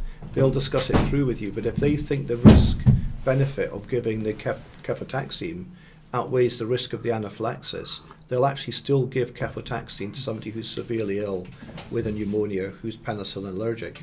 Because the problem with being penicillin allergic is it denies many very, very effective antibiotics to you. It's not a good thing being penicillin allergic. And the trouble is a lot of people get labelled as being penicillin allergic when they're not really penicillin allergic. They had a rash 20 years ago, and therefore they get denied access to penicillins. And actually it may be that you, with a severe infection, you actually are at a much higher risk of dying if you have that problem, because you're denied broad spectrum, highly effective antibiotics, particularly with advancing antimicrobial resistance. So actually penicillin allergy is quite a big thorny topic, really. Would you agree with that, Tim? Yeah, absolutely. And I think what you said was quite true, is often people tell you they're allergic, but when you question them, it's not even a rash. It's the fact that they were, as a kid, they had some penicillins and they had a bit of nausea and vomiting, and mother said, "Oh, you must be allergic to it." Yeah. When in fact it was just probably a viral illness, and it was. And they would have had a rash anyway from the virus. Yeah. Absolutely. I think that's one of the key things. Is you often find people saying, you say, "Have you got any allergies?" And say, "Well, I get swollen ankles with amlodipine," and you say, "Well, that's not an allergy. That's an adverse drug reaction because." Yeah. Lots of people get swollen ankles with amlodipine. So I think it's always important to say, if somebody says they're allergic, don't take it at face value. Ask the questions. Absolutely. Okay, I think what we should do is go small again. Should we go small? Let's go. Yeah. Whoop, there we are. We're going small again. And I think it's now just after 3 and Tim's back from his tea break. So we'll get started on the next one. I'm hoping we'll be finished by 4. We're not too badly... But it is absolutely pouring with rain here. It's miserable. Right, let's go on. So we're going to talk about variations in drug action and effect. So we're going to talk a little bit about the concepts of drug adherence, compliance and concordance. We're going to then talk a little bit about individual variability to response to drugs. We're going to talk a little bit about monitoring drug therapy, but only a little bit. I hope you saw my link in the announcement where I said there is an e-learning package on... in the year 3, block 33, PPT section below. If I show you, actually I'll show you. Where has it gone? Oh, come on. So if you go right down, I'm going to the presentations for masterclasses, and down here there is an e-learning package on therapeutic drug monitoring, and I'll just open it for a second so you can see it. It's going to come up and often say your pop-up is blocked. Launch the course, and then it's got a course here which is on therapeutic drug monitoring, which I wrote a couple of years ago, and it will take you through everything that you need to know about therapeutic drug monitoring, I would hope. It's got, you can bring down the menu, it's got nice, I haven't got any notes in that section. It's got nice pictures, and then you can type in stuff in here, blah, blah, blah, blah, blah, blah, blah, if you want to. And then you can see if you're correct, and it will give you the answer. So you can work through all of that. I encourage you, get a nice cup of tea or coffee and work through it. It's quite detailed. It's everything you could possibly know about therapeutic drug monitoring as an undergraduate. So I'm not going to carry on with that. I'll come off that because we're not here to do that. But rather than making another big long presentation, I put it as an e-learning package for you. Okay, so let's come back to where we are now. So again, learning outcomes, they're all on Blackboard, I just showed you. So let's start with Yazzer. He's a 25-year-old with type 1 diabetes. He has poorly controlled diabetes, even despite taking Tresiba insulin, 24 units daily. That's a long-acting, ultra-long-acting insulin. And he's taking Nova Rapid, which is a quick-acting insulin. And he's using that as 1 unit for every 10 grams of carbohydrate that he eats at mealtimes. I know you've not done diabetes, guys, but his diabetes is poorly controlled with an HbA1c of 92 millimoles per mole. And he tells you that he doesn't want to be controlled by his diabetes and that he misses the odd insulin dose and doesn't do many finger prick glucose tests. Somebody's been going up my slides. Look, somebody's knocked a D off my odd. How outrageous. So how does this make you feel, and how would you address it if you're his doctor? Well, it makes me feel pretty, I just suppose I'm kind of used to it as a diabetologist. But. So let's think about what is drug adherence, what is drug compliance, and what is drug concordance. Any comments on that, Tim? Yeah, I mean, I think this is an interesting topic, particularly when we look at how it's evolved. And I remember when I was at medical school, you know, it came as a bit of a shock to the medical profession that patients didn't actually take the drugs that they prescribed. They don't take the tablets. No. In fact, they do not take the tablets. Hope you're having a lovely day. Yes, thank you. Oh, we are. James. Well, we've just triggered James's Siri off there. Oh, that's lovely. Fantastic. Yeah. I mean, it was a real shock to the medical profession that patients didn't do what they were told. Well, it comes out of that. I mean, medicine has evolved, hasn't it? So we're no longer in a very paternalistic environment. Yeah. So it's really quite good to know now that that patients have their own views. Yeah. So compliance describes the extent to which a person takes his or her own medication. The terms such as adherence or concordance are preferred now as being a little bit more sort of up to date, Yeah. because they emphasise that you have a partnership between the person with the illness and the health professional in the process of taking medicines. So rather than being this very paternalistic, you will take this tablet at this time of the day, it's about explaining about the medication to the patient so they understand why do they need to take it, how do they need to take it, what are the risks and benefits, and if we do that, the patient is much more likely to take the medicines when they Yeah. need to help them. Yeah. So compliance has gone, and drug adherence and drug concordance are better. Yeah. Concordance is probably the best, actually, Yes. because the concord is about working together. That's why they called the aeroplane Concorde, because it was a concordat between the French and the British governments in building a supersonic airliner. Yeah. Hence why its name was Concorde. So we're all in favour of concordance. So let's just have a little bit of a think about why might somebody not take their tablets? What do you reckon? Well, I think the answer to that is a multitude, isn't it? Yes. Do you always finish your antibiotic courses? Be honest, Mr. Jackson. Probably not, he says. You get fed up towards the Yeah. end, do you, and just stop taking them? Yeah. Yes. And, Yeah. I think the interesting thing is if you look at patients, particularly antibiotics, but once they start to feel better, They stop them. It no longer becomes a priority in their life. And true. In fact, it's very interesting, actually. We used to always say you must complete the antibiotic course, but more recent studies suggested that may not be necessary. Yeah. So that's interesting. Well, I mean, historically, we've probably over-treated in prescribing, but also in length of prescription for antibiotics. We did. We're getting better now. Yeah. So let's have a look at some reasons for poor adherence. So one of the problems is I think you notice about a lot of people, you say, what tablets are you taking? And they say, I'm taking a little red one and I take a blue one in the afternoon. Some people have no idea. So you have this problem about knowledge, you have problems with multiple dosing, you have issues around poor understanding of why they're taking them. They may not know how to take the medication. They may not. Some people I've known who, these days when you get a prescription, if any of you've had a prescription, it comes with this big leaflet, and you pull out the leaflet, and the patients read what it says, and about halfway down, there's a list this long of side effects, at which point the patient takes the tablet, shoves it across the table, and says, I'm not taking that. And the GP thinks they're taking it, and they're not taking anything. So this leads to fear. You may have your next door neighbour said, well, my Johnny went on to insulin and a week later he had his leg chopped off. I've had that one many a time said to me in clinic. The fact that Johnny had his leg chopped off because his diabetes was badly controlled, and because it was badly controlled, that's why the diabetes doctor wanted him to go onto insulin. So that's an attribution bias. But actually that, neighbours can have a bigger influence on people than we do.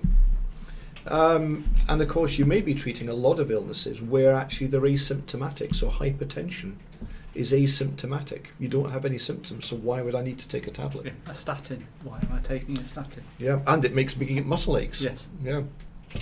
And there's all this stuff on the internet saying it makes me impotent, doctor, which is complete rubbish, of course, but it's amazing, all the fake news on the internet. If you're on YouTube and type in statin and look at all the fake theories about statins on YouTube, it's absolutely amazing. And of course other people decide that they want to take something they've got themselves, so they prefer what they've found on the internet. And in fact a lot of people these days will order drugs on the internet. So a real problem. So how could we improve adherence? Well, there's a whole range of different things. I'm not going to talk through all of these, but you can look at different things like prescribing tablets only once a day rather than 3 times a day. You can look at coaching, you could use motivational interviewing, you can set achievable goals rather than unrealistic goals. You can use people like the practice nurse or the local pharmacist to do things like medicines reconciliation, medicines optimization, and regular medicines review, because sometimes if you don't ask people what they're doing, they won't tell you what they're doing with their medication. Yeah. I've often said to people in clinic and said, I see that your GP's put this on your summary care record, on the electronic health record, and they say, but I don't take that one, doc. Don't take that one. I know he's prescribed it, but never taken that one. Yeah, they might. He said, and actually, I've also got a huge cupboard of them because every month I get a new supply. Yes. And they go, oh, sigh. The money that is wasted on medication that isn't taken. Absolutely. Of course, when it's handed back, it can't be used. It has to just be destroyed. It's a huge waste of money. In elderly, we use calendar packs. We can use nomad type systems where the medicines are all laid out for them so they don't get mixed up. There's a whole range of different things. But you need a lot of support, and sometimes actually it's around talking to the caregivers or the peer groups to try and support people. It's And I think common sense. An important point is if you're not getting the response to a drug that you're expecting, Why would you take it? Yeah, from our point of view, is the patient taking it? That's a good question. Yes. And is the patient similarly, taking it? patients whose INR is all over the place, you often find that they're either taking it twice a day or they're not taking it at all. Or they're drinking alcohol, Yeah. or they're eating green vegetables. Yeah. Green Yeah. vegetables will also reduce the effect of warfarin. So they might be going on and off green veg, Yeah. and that's why their INRs are going. Yeah. Okay. So what information should you as a doctor supply to a patient about their medication? Well, there's a range of different things you can talk to. I generally spend quite a lot of time talking to patients about their medication because I'm treating people with diabetes and they're often on multiple different drugs, and I think it's important to understand why are they taking it. Particularly when they may be having to inject themselves with a drug, they need to know why it's happening. So what's the name? What's the purpose? How long are you going to take it for? When do you take it? What do you do if you miss a dose? What are the unwanted side effects and what do you do about them? Any other precautions like driving or machinery? And does it have any other common interactions with things like alcohol and drugs? And of course, don't forget illicit drugs, because they may be taking herbal or street drugs, which could interfere with their prescribed drugs. That's an important thing. And you can look at these different dimensions here about medication concordance. So you can do another thing, and this is one I think just to say to you, you're all highly intelligent people. You're in the top 2 or 3% of the university population, and you're very, very literate. But certainly in somewhere like Hull, there are a fair number of people who are functionally illiterate. And I think in the United Kingdom, I think they reckon about 8% of the population across the board in the UK is functionally illiterate. So you can do things like, here's an example of one called the Realm R word list. You should just get patient to read these. You don't score the top 3 because they're very easy. They're just to get the patient relaxed. But you get them to read these out. And if they can't pronounce them, there's a fairly good indication that they have poor health literacy. So a score of less than 7 indicates problems. It always reminds me of medical students in PBL when we start reading drug names. Yeah. Do you remember that, James? Yeah. You're a HIMSS graduate, and yeah, establishing keywords and things like that. yeah, And trying yeah. just to pronounce them. So actually, this is a very simple tool that one can use to determine whether people might. It's interesting. I had a gardener work for me for many years, and I used to do my garden once a week. And I remember one occasion he came up to me and he handed me a sat nav, and he said, "I've got this new sat nav," and he says, "These are instructions." He said, "Can you read them to me because I can't read?" And I had never realised for 7 years that he actually couldn't read. Yeah. And we helped him with the sat nav, and so it just shows you can sometimes completely misjudge situations. You can also use questionnaires to do self-assessments, and these is an example of one. So don't just assume that as a doctor, when you prescribe something, that the patient actually will take it as intended. I think that's the message, isn't it, Tim? Yeah. So even in hospital, don't always assume what you've prescribed in hospital that the nurses will even administer it. Yeah. Sometimes you find on the drug cardex they've been coding, say, code 4, not available, and you find 3 days in after you thought they'd been getting a drug that actually it's never been actually given to the patient, and the nurses just didn't bother to tell you. That's hopefully uncommon, but I've seen it happen. So let's now talk a little bit about individual variability to the response to drugs. And there's a range of outcomes here again. So let's talk about case 2. And Emily, who is a 14-year-old girl, she's been given codeine for hip pain. She's given only 15 milligrams of codeine, and her mother noticed afterwards that she had some difficulty breathing. She's gasping and opening her mouth widely to search for air. So her mother calls an ambulance. She's taken immediately to the emergency department, and there they diagnose her as being opiate toxic. And she's given naloxone, which you will know is the reversal agent for opiate overdoses. In fact, we talked about last week, didn't we? Yeah. So this dose of codeine is a very low dose of codeine. And as you know, the codeine is converted to morphine. It's a prodrug. So what the BNF actually states is that it's only for short-term treatment of acute to moderate pain, and the dose for a 14-year-old shown here would be 30 to 60 milligrams every 6 hours. So why did she need naloxone when only given 15? So let's have a look. So codeine works because it's a prodrug. This is inactive, and this is one of the cytochrome P450 family. CYP stands for cytochrome P450, and it's CYP2D6. That's how we code them. They all have these names. Different isoenzymes, aren't They are of the cytochrome P450 system. So this demethylates codeine into morphine, and morphine is why codeine works as an analgesic. And how much you convert is dependent on the activity of your particular version of CYP2D6. So what we can do is look at the genetics here of her enzymes, because as Tim says, these are isoenzymes, but they also have an element of genetic polymorphism amongst these enzymes, and we see different patterns in families. So, as we said earlier on, when you give an enzyme inducer to a prodrug, it actually makes the drug more effective because you get more of the active component produced. So what's happening here is that Emily is what we call an ultra-rapid metabolizer, and her CYP2D6 is much more active than the wild card, the native form of CYP2D6. So here's an example. So she has a genotype carried out, and her diplotype of CYP2D6 is, and just follow with me guys, I know this sounds a little, unless you've done genetics, it might be a little bit odd, but she's a star 2A hash, star 10, 3N question mark. Now what does that actually mean? Well, the wild type is one of these different alleles, but she's a 2A. So she's got wild type, which is normal activity 2A.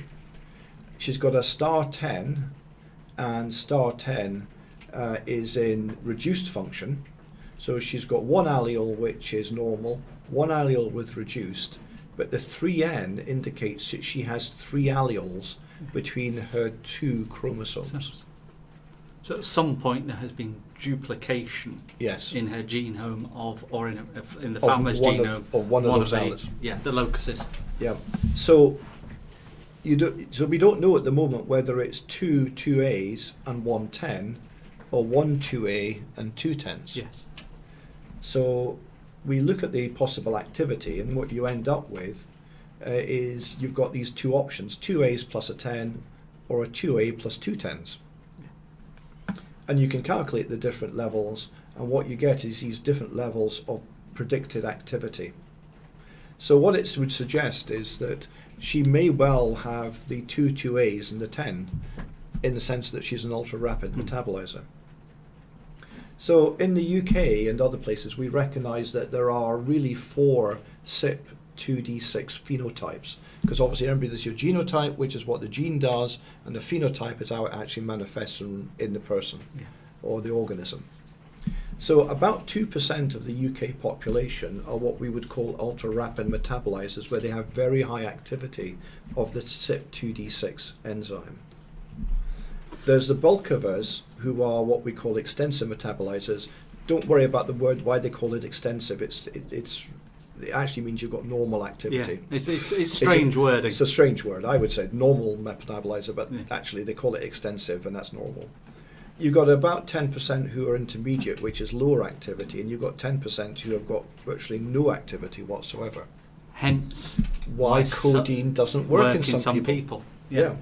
So there are some people, you give them codeine and they say it doesn't work for me. And that would suggest that they're actually a poor metabolizer. Yeah. So you can see that Emily, with a score of greater than 2, is an ultra-rapid metabolizer. Now this pattern here will vary from country to country, depending on the genetic breakdown of the people who live within that environment. Yeah. And obviously might even be different within different populations within the UK, depending on the ethnicity breakdown of those populations. If you work in London, you'll see, for instance, Tim, you trained in London, didn't you? And of course you would then see an awful lot of more people with thalassemia and sickle cell. Yeah, I mean, it was interesting. If you worked at UCL, which was my UCH, it was sickle cell, but then when you went to North London, It was thalassemia. Thalassemia. So depending on whether it's a Mediterranean-based Yeah. immigrant population or whether it's an Afro-Caribbean or African-based population, determines on what kind of spread you get. First day I was here as a consultant, chap came in with a sickle cell crisis. Very unusual for Hull. Which very unusual. Everybody thought he was seeking out opiates. Poor soul. Yeah, and the poor fellow was in absolute agony. Was he African? Yeah. In origin? Yeah. So I think it's just understand, even within the UK, with the different population breakdowns, you'll see different sort of population phenotypes across the UK. So it's just to recognise there are differences where you move around and the spectrum of diseases that you'll see within your local population. But I think the point to make about the ultra-rapid metabolizers is they get a big hit, don't they? Oh yes. Of the morphine, but you know the codeine is used up very quickly. Indeed. So you know they get a very rapid analgesic effect over effect, but then you know it lasts far shorter than the expected 4 hours. Exactly right. So if you look at this, you can look it down and you can see here is the metabolic pathway for codeine. You have about 5 to 15% metabolized to morphine, but if you're an ultra-rapid metabolizer, you'll metabolize an awful lot more to morphine, and it's important to understand that. So it can also have, this is an extract from a paper from the Lancet in 2006, and it may not just have an effect on the individual person. So this is an interesting case, tragic case, of the death of a neonate when breastfed by a mother that was an unknown ultra-rapid metabolizer. Yeah. And what actually happened in this situation is that the mother, as an ultra-rapid metabolizer, was given codeine section or after delivery. Yeah. And so codeine is a commonly used analgesic after labour, pain, and social episiotomy and cesarean section. So in this case, they gave this woman, not knowing she was an ultra-rapid metabolizer, codeine. Morphine will cross in the breast milk, and because she produced a large amount of morphine, when she breastfed the infant became narcotized by the morphine in the breast milk, and in fact the infant died of morphine toxicity. Very tragic case, but it illustrates the fact that these pharmacogenetic differences between people can actually sometimes be very important. So Jordan's asking a question there. He says, so in these patients who are rapid metabolizers of codeine, would we give them other drugs or alter the way in which we give them codeine, like lots of mini doses rather than big one? Okay, Jordan, we're going to come to that in a second, so we'll answer your question in about 30 seconds. So this is just an interesting look at, this is the family, what do they call this? These diagrams again. Well, you do them in PBL, don't you? Yeah, got a word block myself. It's not a karyotype, is it? No, the karyotype's the chromosomal layout. It's a genogram. A genogram. Yeah, I should know that. God, guys, I've got a degree in genetics. I should know this. Mind you, it was a very long time ago. I got my degree in genetics in 1981. Not long after Mendel, then. Okay, genogram. There we are. It shows you don't remember everything. Yeah. Okay, so basically, you got your affected female family going down here with their individual genotypes there, and then you have the infant that died, unfortunately, who is the infant of the mother here that was the one that was breastfeeding. Yeah. And you can construct these genograms if you do family studies. So, Jordan, come back to where you are. Codeine isn't the only opiate. So there are two others, and these listed them. One that's very important to recognise is tramadol is also affected by this genetic polymorphism, as are oxycodone and hydrocodone as well, because these are all prodrugs. Yeah. And of course, tramadol is quite frequently used as an alternative to codeine, because people think it's a little bit more potent than codeine. Think. I emphasise think. Tramadol's quite an interesting drug, isn't it? Well, we've got some details. Yes, on that. actually, we have the next slide, isn't it? Yeah, let me just if I get it. Sorry, don't memorise this slide. I think that's the health warning. Yeah. Do not memorise this slide. It's just to indicate that tramadol actually is also a prodrug, and it's actually metabolised by CYP2D6 here into O-desmethyl tramadol, which is the predominantly active component. So again, if you're an ultra-rapid metabolizer, tramadol will be more potent for you. Tramadol's interesting, isn't it? Because as you say, it's racemic. Yes, it is indeed. And in fact, the two enantiomers have different actions, don't they? And from memory, I think it's the plus enantiomer that acts upon the mu opioid receptor. Yes. And it's the negative enantiomer that actually acts in the spinal cord on noradrenaline uptake, isn't it? Yes, that's right. Which probably explains why it has a different action to other opiates. Well, it's also an SSRI. Yes. Because it actually causes a rise in serotonin. Yeah. And So I know, Tim, you've had people convulse on tramadol, Yeah. haven't you? Yeah. Particularly younger patients who've never had any fits before. Within a couple of doses of tramadol, they come in having had a first fit. And it may well be that it is this effect upon noradrenaline uptake that's responsible for it. So what you've got is, and it also may explain why tramadol is a favoured drug of misuse on the street as well, because it has this effect and elevating mood to some extent. Yes. Okay, so the answer to Jordan is you could try tramadol, but unfortunately it's got the same problem. Yeah. So we also have some other questions. So actually, you'd use morphine, wouldn't you? You actually could use morphine, because then you know exactly what it's going to do, but you wouldn't generally use that As a first line. as a first line analgesic. Yeah. No. Yeah. Is there a test for CYP type? There can be, although in this situation it's mostly done as part of investigational studies rather than standard clinical effects, because it would be too expensive to do this. There is an alternative solution, and we'll go on to that, and then we'll come back and talk about is that Ewan or Ewan? Ewan, I think. Ewan 1. We'll come back and talk about Ewan 1's question. Okay. In fact, actually, I might talk about it now before we get there. So the answer to what they did in the UK was, up until about 5 years ago, you could prescribe codeine for small children. So to prevent the risk of this effect, because it predominantly affected young children more than adults, they actually stopped anybody being able to prescribe codeine if you're under 12. Yeah. So you can only prescribe codeine if you're over 12, and therefore there's less risk of any toxicity. Yeah. And if you notice the guidance that you've quoted earlier, that even for 12 to 18-year-olds, it's limited to 3 days. Indeed. But that's also because of the addictive effect as well. Yeah. And also, there's some limitations around children that have had nasal surgery as well, isn't it? Yes. Yeah.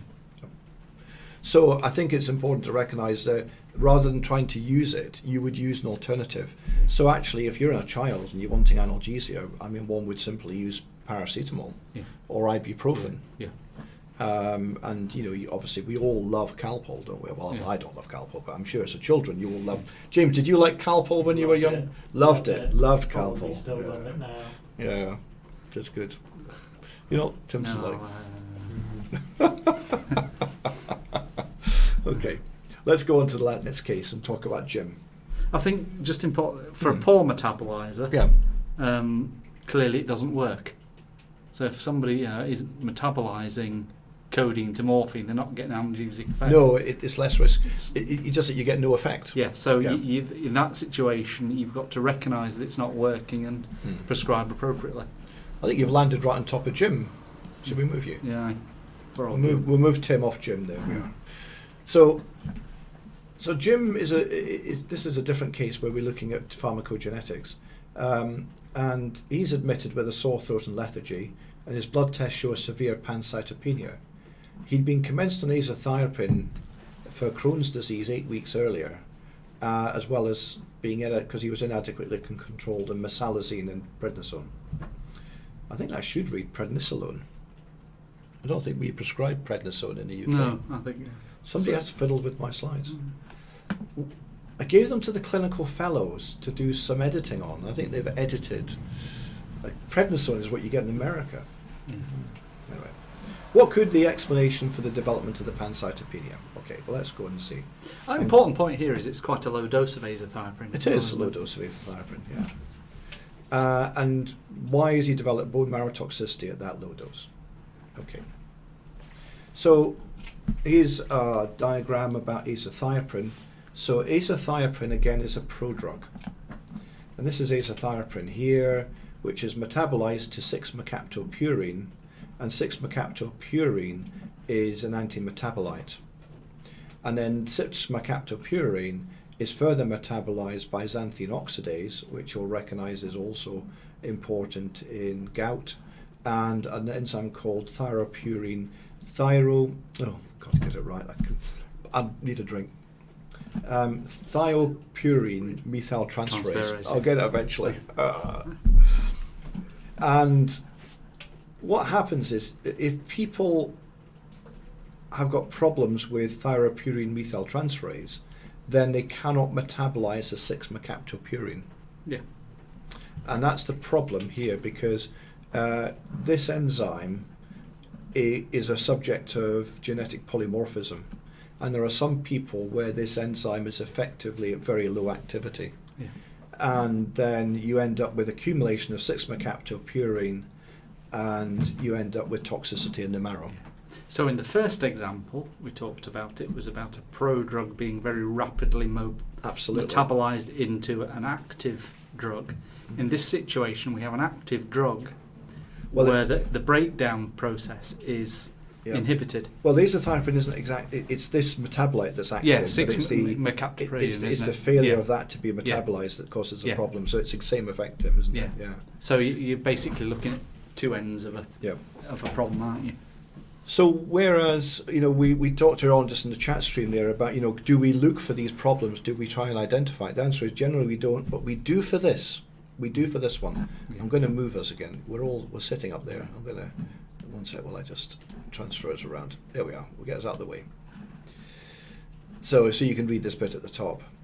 So he's got very low TPMT enzyme activity, and in fact he's homozygous for the TPMT star 3 mutation. Again, don't memorize these numbers; they're just examples. But what it means is, when given the azathioprine, he will end up with a higher risk of marrow toxicity. So what actually happens is that we now measure TPMT. So my daughter takes azathioprine, and before she was put on azathioprine, she had her TPMT levels measured in the clinic that she attends, and only when she was shown to have a normal TPMT level was she then prescribed azathioprine. So this is one occasion where we now know this is common enough that we screen for it, and if you read the BNF actually says to you that you should measure TPMT activity. And where it's undetectable, you should consider using something else. And of course, it's important to do that. The other one that's really important, we talked about drug-drug interactions. This is xanthine oxidase. And there is a common drug used to prevent gout called allopurinol, which you may have heard about. And allopurinol inhibits xanthine oxidase. So if you give somebody who is taking azathioprine allopurinol, you'll block this enzyme. And what that then means is they're wholly dependent on the TPMT metabolism, and again you're likely to increase the levels of 6-mercaptopurine. So again you can see there is a drug-drug interaction between allopurinol and azathioprine due to effects on the metabolism of the active metabolite called 6-mercaptopurine. So it all meshes together. So these are examples of what we would often call pharmacogenetics. And I've asked the question, what is the difference between pharmacogenetics and pharmacogenomics? I think the honest answer to that is not a huge amount. No, I mean, pharmacogenetics is looking at usually one gene on a drug, whereas genomics, it recognises that multiple genes may impact upon a drug. So it's looking at the effect of the drug or the effect of the genome on the entire genome on that drug, and vice versa. Yeah, I put it there. There we go. And I think probably important just to mention epigenetics at this point as well, isn't it? Which I know you have done. I would hope most people in medicine now would know more about epigenetics than I do. But this idea that the genome is switched on and off by methylating a cytosine, or yes. I think it's ethylating one of the amino acids of the histone. But this switching on and off by direct gene methods, and certainly this is going to be an area, I think, in the next 10-20 years which is going to be pharmacologically very important. Yeah, I'm going to move you back up there, Tim. I mean, there's already one drug, I believe, that's being used for a form of leukemia, yes, which is using an epigenetic mechanism. I mean, the Absolutely problem at the right. moment is they're so non-specific yes. that they tend to be used in terminal illness, because the longer term effects are quite damaging to the patient. They are indeed.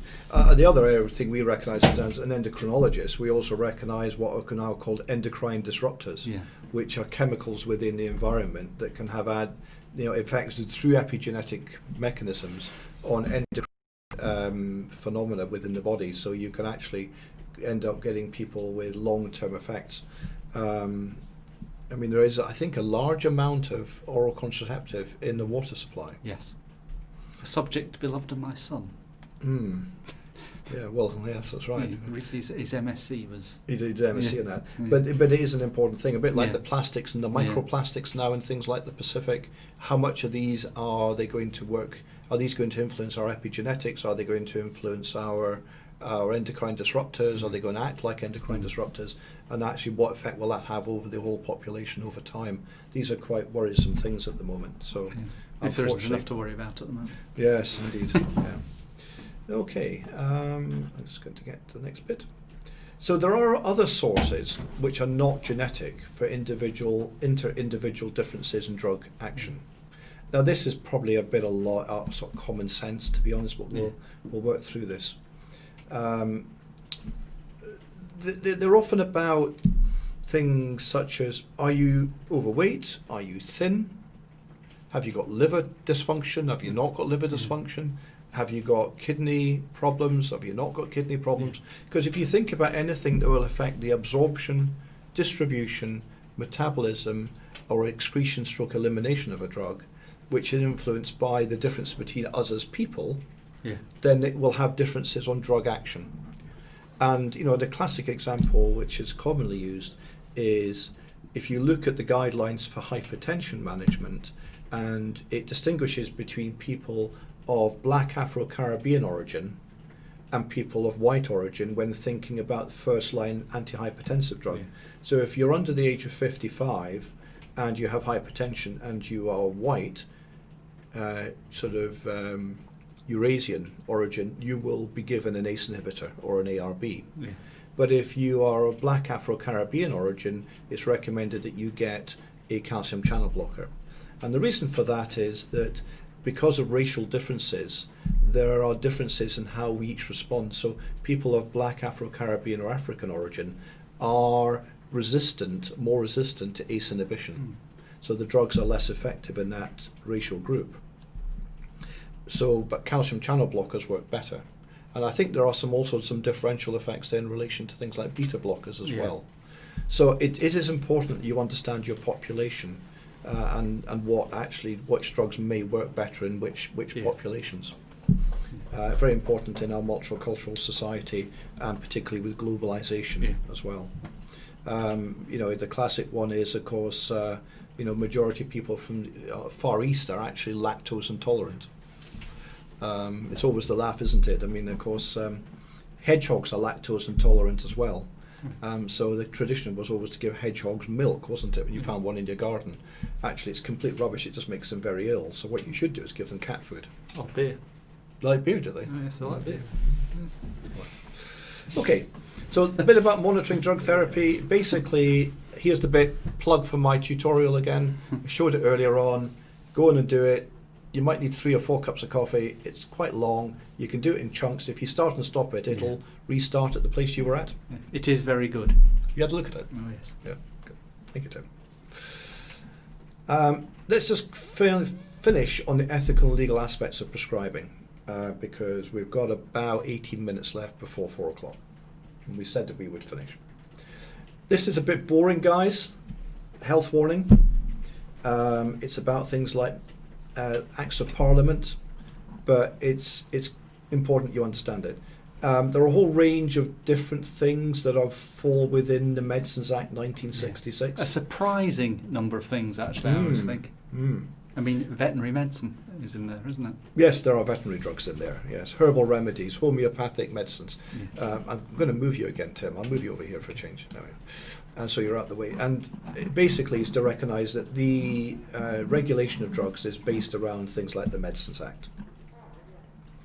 So it involves things like the definition of a medicinal product. I'm not going to read through this. You can read it yourselves.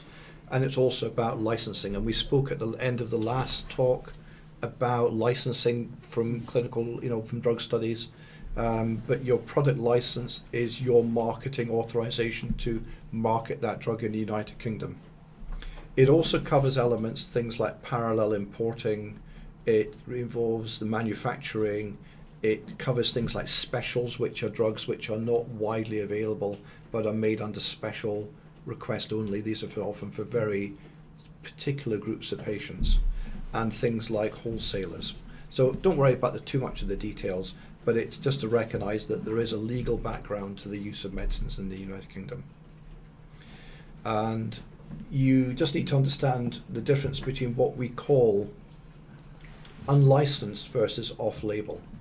So an unlicensed drug, so if you use a drug that is not licensed in any way, you may still be able to prescribe it, but you will carry as the prescriber all the liability if there's any problems with that medication.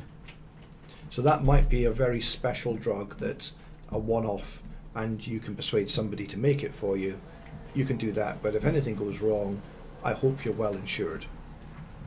Which is different to what we call off-label, and we use drugs off-label quite a lot. The vast majority of pediatric drug prescribing is technically off-label, and that's because you have a drug that is licensed for that particular use based on the phase 3 studies that we spoke about in the last talk. But you may be giving it for an unlicensed indication. So in most children, we have not done studies in children, so their licensing is nothing around treating children. They were excluded. But we recognise we need to use it in children, but nobody's going to spend the millions of pounds to do the studies to get a marketing license. So we recognise it's effective, and as a medical profession, we prescribe it for children, but technically it's off-label. It's not covered by the licensing, by the marketing license. Or we might be giving a drug with an unlicensed route. So for instance, when we treat somebody who is over-warfarinized because they've taken too much warfarin and they've got INR is too high, if it's mild, we give the intravenous vitamin K as the antidote. We give that orally, and in the BNF it actually says this is what you should do, and it says brackets, it says unlicensed use or off-label use. And it recognises you should do it, and that's based on the thing called the Bolam, or the modified Bolam principle in law, which is all of us would recognise we should do that, but it's not actually had a licence applied to it because they haven't done the studies to prove it. So, and again, in paediatric medicine, about 39% of prescribing is off-label. So it's just important to recognise where the liability lies. If you prescribe off-label, you carry more liability. If you prescribe completely unlicensed, then you carry all the liability. Whereas if a drug is prescribed against its licensing, I'll move you over there, Tim. Yeah. Should we go down the bottom? We'll go down the bottom I again. think so.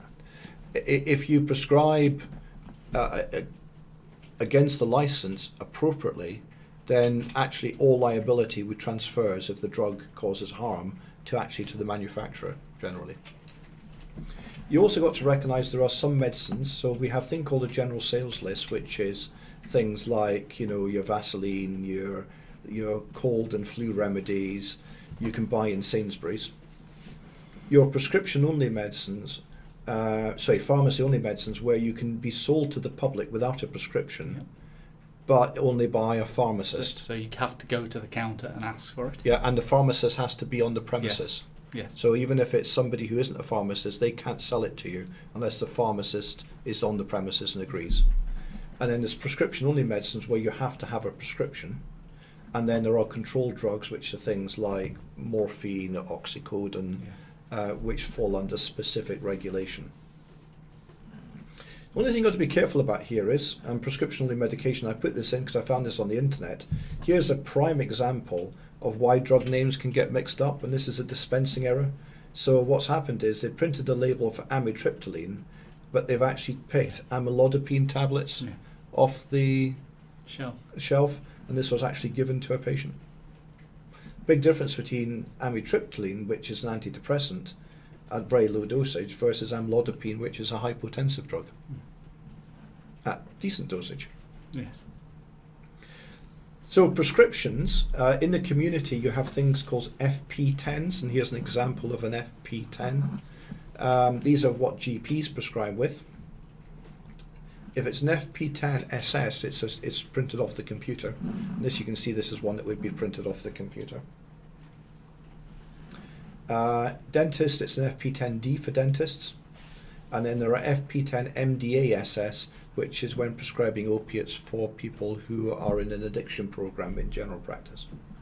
In hospital, we can also write FP10s, but they're FP10 HNCs, which we can use if our pharmacy is closed and the patient who's being discharged can then take that to a pharmacy. The only thing to recognise is F1s can't write these, because F1s are only technically doctors when they're on the hospital premises.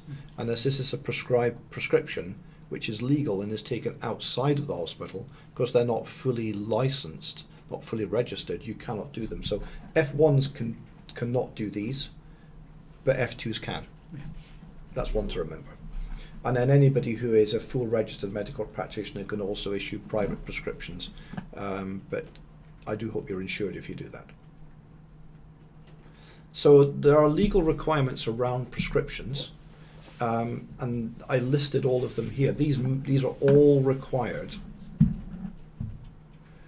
So, and in the case of opiates, there are some specific requirements. Here's one for Zomorph, which is slow-release morphine.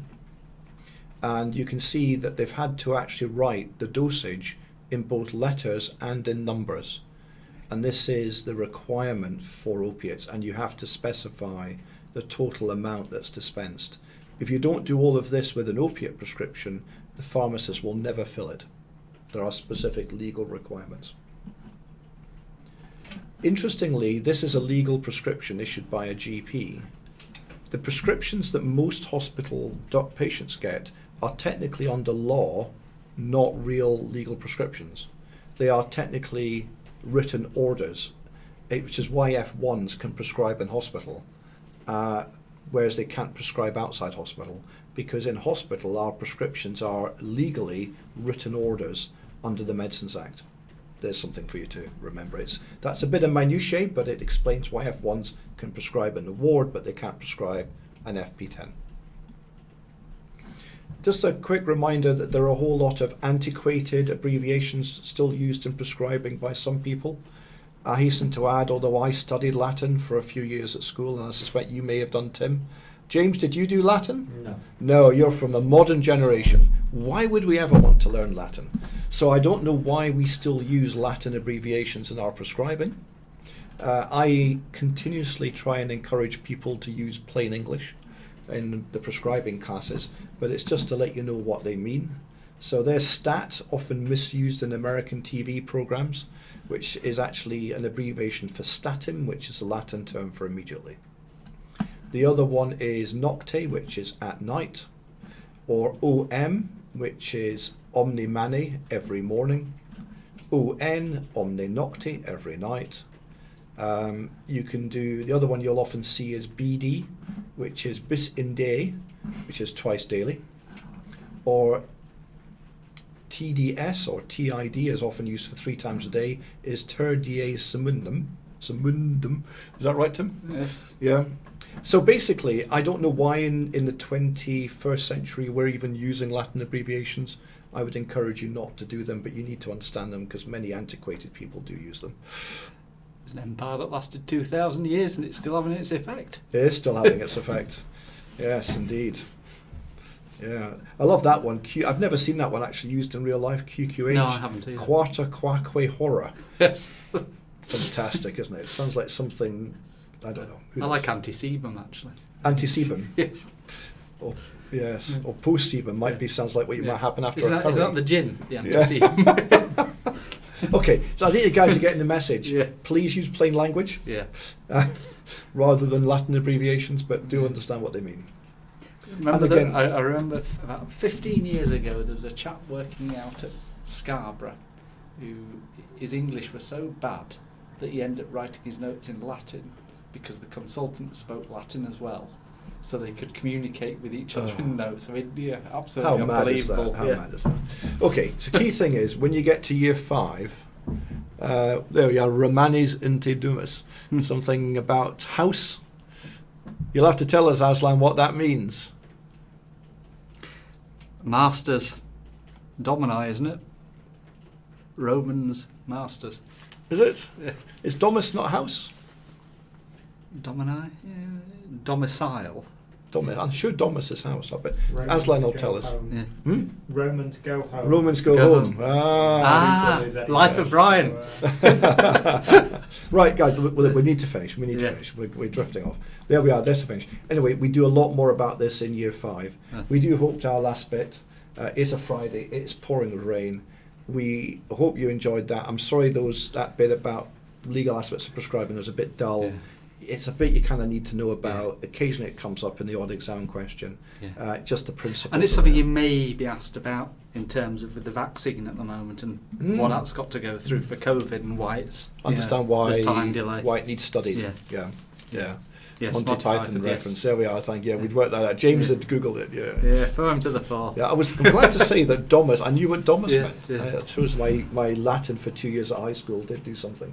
Okay. Okay. Do you want to mention next week? Yes. So next week I'll post up on Blackboard, but we are going to try and run a little bit earlier in the afternoon. So I know you guys have got your CBL and up till I think 12. So the idea was we were going to try and start on the dot at 12:30, just for an early finish next week. So it gives you half an hour, hopefully, for lunch. So grab your lunch. It's partly because I don't have a clinic next week, so I can come earlier. And it means you're not waiting till 4 o'clock in the afternoon to finish. Yeah. And you guys can have an early finish. So we'll start at 12:30. I'll do an announcement on Blackboard. I'll let everybody know, and I'll send that out on Tuesday, probably after we come back from the bank holiday. So it's goodbye from me. It's goodbye from Him? you, Yes. Mr. Jackson. And goodbye from Goodbye. James. Yeah. Okay, and we wish you a very good weekend. And any other questions, again, just email us, send us anything. We're more than happy to answer them. Take care now. Yeah. Good weekend.